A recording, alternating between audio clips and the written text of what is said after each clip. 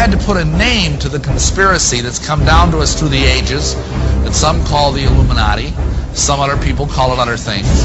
But I think if you boil it down to its purest, simplest form, you would identify it essentially as Freemasonry.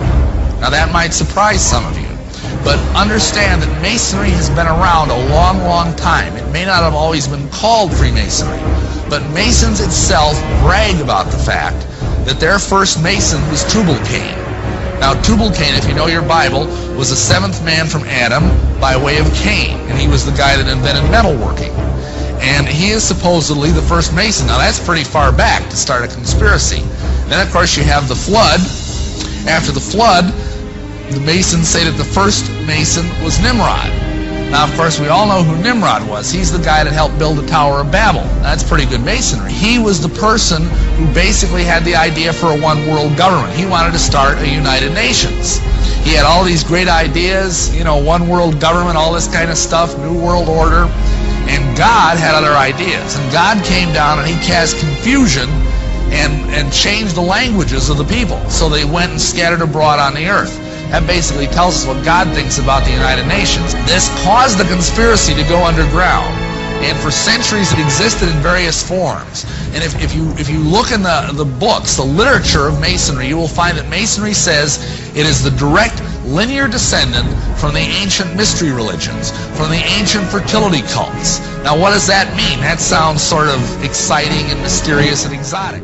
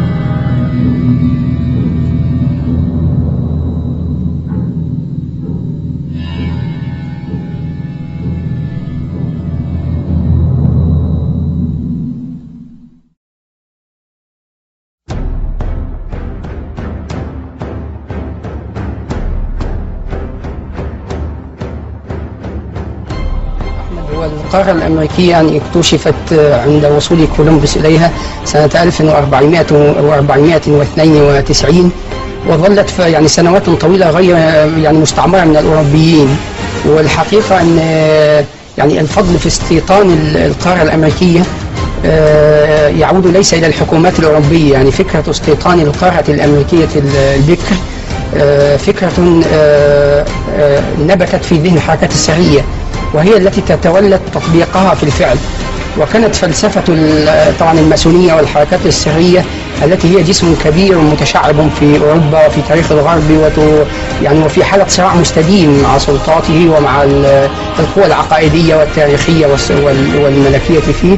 كانت فكرة هذه الحركات أن القارة الأمريكية أرض بكر وخالية من العوائق، فليس فيها سلطات وليس لها تاريخ وليس فيها عقائد وليس هناك حواجز تحول بين من يسيطر عليها وبين أن يشكل مجتمعا جديدا بأفكاره هو وبأهدافه هو ولغاياته هو، وأن يسير هذا المجتمع أو هذا العالم الذي سوف يتكون إلى حيث يريد. فيعني يختصر ذلك عبارة يعني تشيع في الأدبيات الماسونية هي أنهم فطنوا إلى أن القارة الأمريكية هي التي ستحسم مصير العالم. من يسيطر على هذه الأرض البكر ويتمكن من إقامة عالم فيها بقواعده وقانونه ولغاياته هو الذي سيتمكن مع الوقت من السير بالعالم إلى ما يريد. فطبعا لا نريد الاستطراد في كلام نظري، لكن نقول تاريخيا ان اول عملية استيطان للقارة الامريكية كانت سنة 1587. هذه المحاولة رائدة والتي هي اول عملية استيطان تاريخية للقارة الامريكية الذي قام بها وهو السير والتر راليد. كان احد كبار اعضاء حركة الروزيكروشن، وهذه الحركة هي توأم الماسونية ولكنها اكثر منها انغلاقا واكثر سرية وهكذا. We have before us the opportunity to forge for ourselves and for future generations a new world order, a world where the rule of law, not the law of the jungle, governs the conduct of nations. When we are successful, and we will be, we have a real chance at this new world order.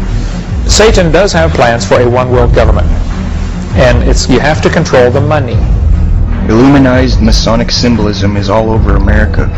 On the back of the dollar bill on the left-hand side above the pyramid it says Annuit Coeptus, which means our enterprise is now a success, or a crowned success.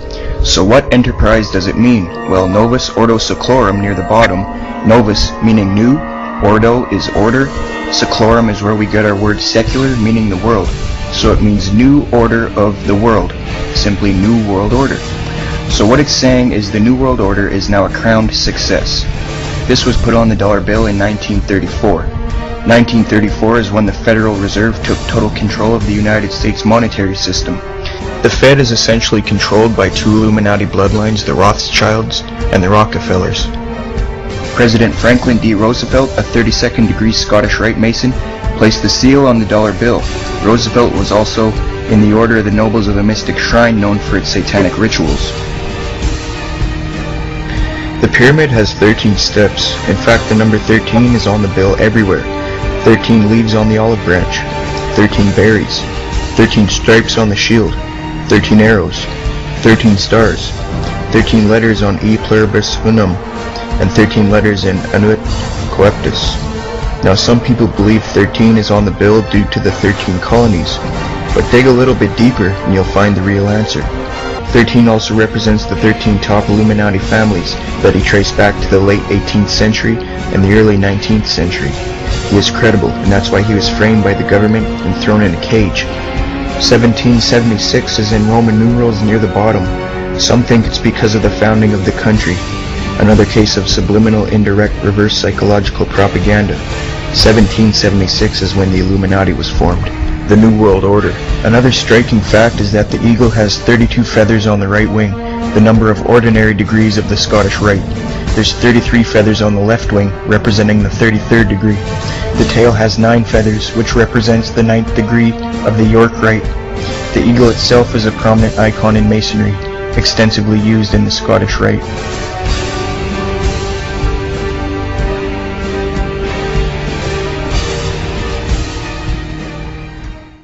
Many of the United States presidents have blood relations with each other. The Bush lineage has blood ties to a great number of former presidents. George Washington, Millard Fillmore, Franklin Pierce, Abraham Lincoln, Ulysses Grant, Rutherford Hayes, James Garfield, Grover Cleveland, Teddy Roosevelt, William Taft, Calvin Coolidge, Herbert Hoover, Franklin Roosevelt, Richard Nixon, and Gerald Ford. Sarian points out in his work that Bush is closely related to every European monarch on and off the throne, and has kinship with every member of Britain's royal family. Bush's family tree can be documented as far back as the early 15th century. He has a direct descent from Henry III and from Henry VIII's sister Mary Tudor. He is also descended from Charles II of England. And we also find that George W. Bush is a direct descendant of Godfrey the Bullion. Godfrey was the first king of Jerusalem after he recaptured it from the Saracens, which was the name for the Islamic faith during the Middle Ages.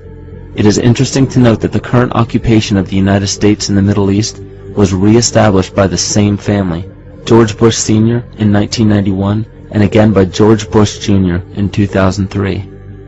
George Bush Jr. is then found to be a cousin to both opposing candidates of his 2 terms in office, Al Gore and John Kerry. Democratic President Barack Obama also has blood ties with George W. Bush, as well as Gerald Ford, Lyndon Johnson, Harry Truman, James Madison, and the British Prime Minister Sir Winston Churchill. On the opposing side of the 2008 presidential ballot, John McCain is descended from Robert the Bruce, King William I of Scotland, and also Godfrey the Bullion.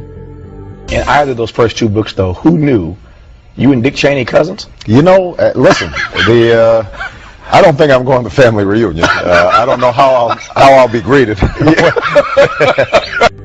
We all know his father, but what about his cousins? A heartbeat away from the presidency is actually a blood relation. He's President Bush's 9th cousin once removed. Cheney's cousin Barack Obama is also Bush's 11th cousin. President Lincoln was President Bush's 7th cousin 5 times removed. And Bush shared more than just a ballot with John Kerry. That's right, they're 9th cousins twice removed. Trace the family tree far enough, and you get Madonna, Celine Dion, and Tom Hanks. Christine, you've heard the adage politics makes strange bedfellows. Apparently politics also makes for strange relations. Thanks to the New England Historic Genealogical Society, we now know the presidential candidates are related to a host of famous and historic figures. In this primary campaign. I opposed this war in 2002. But do you know their relatives? Obama is distantly related to 6 presidents: George W. and George H.W. Bush, Gerald Ford, Lyndon Johnson, Harry S. Truman, and James Madison. Obama's family tree also includes Sir Winston Churchill and Civil War General Robert E. Lee. Thank you all. Thank you. She's also related to beatnik author Jack Kerouac and the wife of Prince Charles of England. John McCain's ancestry was more difficult to trace, but it's known he's the 6th cousin of First Lady Laura Bush.